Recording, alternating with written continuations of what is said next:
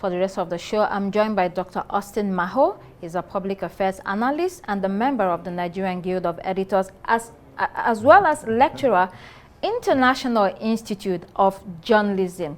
Great to have you today. Yeah, same here, Constance. So let's start with our first guest. Any response to what some of the things that he has said?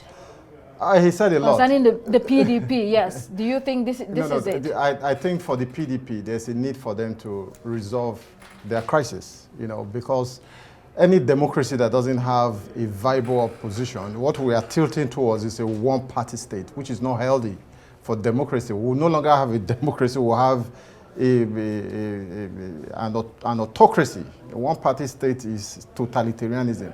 So nobody wants that. And that is why we always advocate that, look, there's need for there to be a healthy opposition. And PDP being, the party that has been in power now and now out of power, that stand government. And it should be able to work its way towards playing an effective opposition in the system. And one way of doing that is to resolve its own internal contradictions and crisis. I mean, this truth has been called, and it's interesting. Everyone was asked to just go back.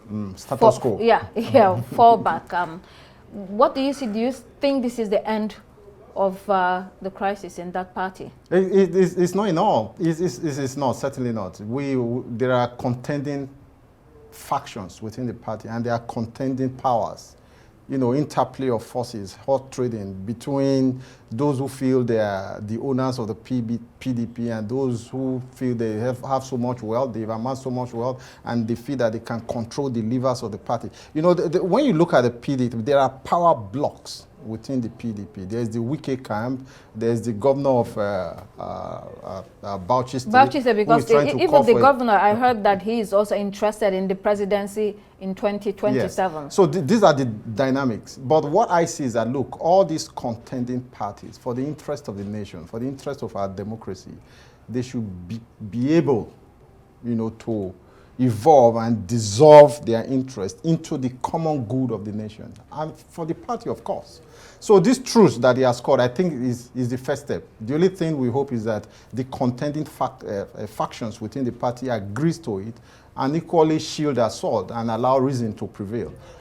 I think within this week, or is it next week, they are having a NEC meeting. On the 24th of this month, yes. Yes, they are having a NEC meeting. And I think that let's wait and see the outcome of that meeting. Maybe they will be able to prevail on all these factions within the party to reach an amicable solution to their problems. Let's go to what the vice president said. He was speaking at the NESG. He said, and I quote, "My heart and the heart of President Bola Tinubu go to the Nigerian people.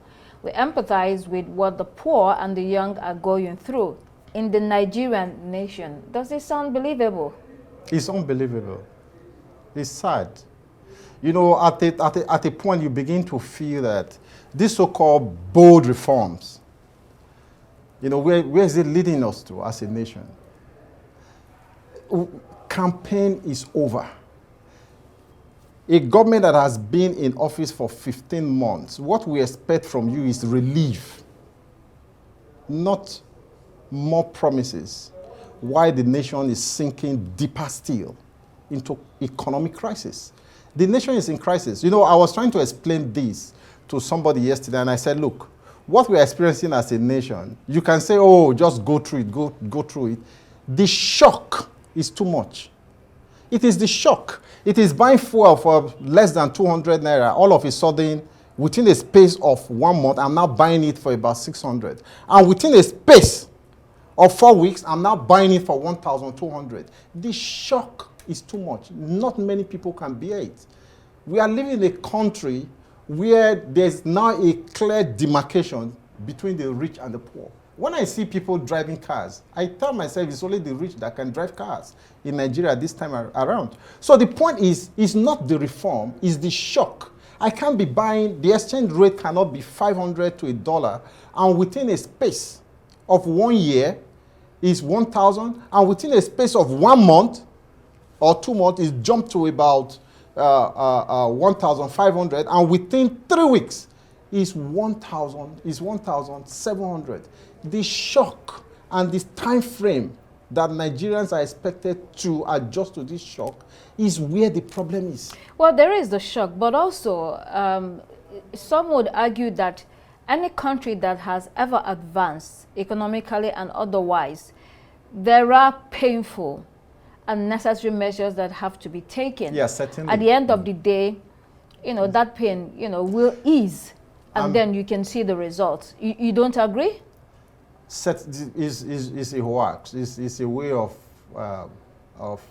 calling, I will explain, calling a dog a bad name in order to hang it. What the Nigerian elite are trying to push down the throat of the average Nigerian is that they are telling us that we are the cause of Nigeria's problem.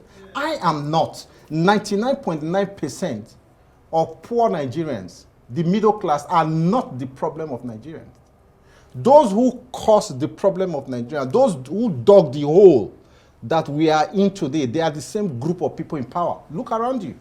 They are the class of 99 that we talk about. Look at all of them. They are all the same people in power. So when you talk about, when they come and start pontificating about the problem of Nigeria, oh, we did this, we did that. Who caused this problem? It's you. At times when the vice president is a very intelligent man, of course, and when he speaks, he has the capacity to, you know, to grab his audience spellbound. He uses the right words. Having been a banker, of course, a governor for 8 years in Borno State, you know, one we expect that he knows his onions. But at the end of the day, looking at you, you are part of those that has brought the country to its knees. Let's not hide the fact from Nigerians. So these same people cannot. We are not the problem. We didn't cause the problem. And they shouldn't be telling us to be patient while they look for solution to a problem they cause ab initio. Okay. Dr. Austin Maho, thank you so much for joining us. It's been a pleasure. Right. Yeah, thank you so much. Well, that's it for this edition of Arise Prime Time. Do join us again tomorrow from me and the entire team here in Abuja. Goodbye, and thank you for watching.